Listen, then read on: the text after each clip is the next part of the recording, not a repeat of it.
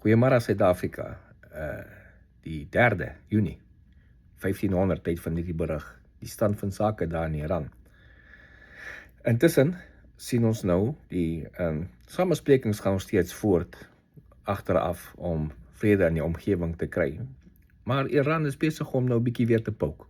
Gisternag en oor die laaste 24 uur het hulle weer gaan drones en missiele skiet in Kuwait en in Bahrein in. En het nogal skade gemaak op die internasionale lughawe in Kuwait. Die ander missiele en drones is alles afgeskiet. So hulle het nie redelik sukses bereik met enige iets nie. Dit is maar net 'n baie duidelike punt dat die regering wat met die Amerikaners besig is met die onderhandeling, het absoluut geen kontrole oor hulle IRGC mense en die mense op die grond nie. Want hulle gaan nog steeds aan om te pouk, waar hulle nie wil, die IRGC wil ons nie oorgee nie. So hulle hou nie van wat die regering moet doen nie, die politikuste met die onderhandelings nie, so hulle pouk so nou en dan. Hulle sê Kammersdag is dit vir retaliation. Maar intussen het die Amerikaanse weermag gerespond en daar op Qasem Island het hulle skote geskiet, hulle die plek geneutraliseer van waar af skote gekom het, en so daai stukkie is nou weer uitgehaal. Nog 'n skip is gestop, is nou oor die 100 skepe wat teruggedraai is vir die by die blokkade. Nog een is gister geneutraliseer, is 'n skip nogal van Botswana met 'n Botswana vlag wat probeer het deur die blokkade gaan om by Iran se porte aan te doen vir olie.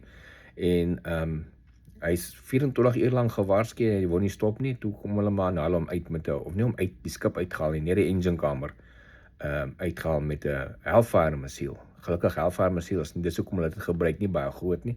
So jy gaan nie massive skade op 'n skip maak, jy stop net die engine.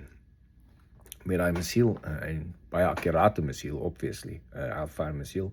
Meeste van die Hellfire missiele kom van Apache helikopters af, maar hierdie kan teen toe van Apache afgekom het, of van 'n Reaper drone af, of van 'n nie 'n Seahawk af, of even 'n AC-130 Flossie, 'n gunship.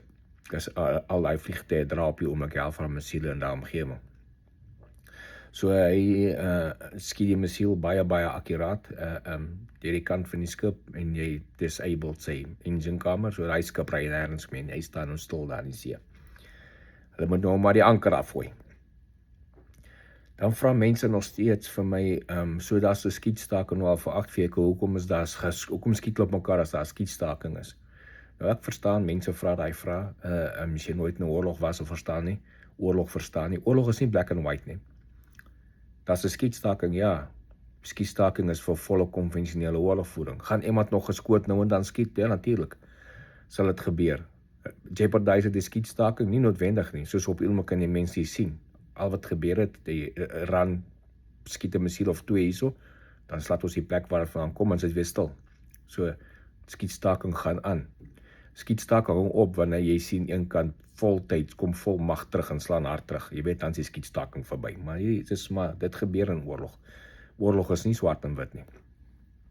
Die US military bly in plek, vol mag bly in plek. En die onderhandeling agteraf gaan aan. Intussen onderhandel die Amerikaanse regering met die Iranse politieke regering, maar hulle het obviously geen beheer oor hulle IRGC mense nie. Dis hoekom die IRGC, dis hulle wat die nou en dan 'n missiel lanseer en so. Die ding pouk en die ding probeer aan die gang hou. So, chaos in die land. Hulle ekonomie is geknou, maar die pockets van streng van die IRGC, hulle probeer nog steeds die plek kontrol en so aan, en dit is, maar solank as dit so is dit die stand van sake, en gaan ek daar so bly, tot die Iranse regering ding sign, 'n peace deal sign met Amerika, en hulle kan beheer kry oor hulle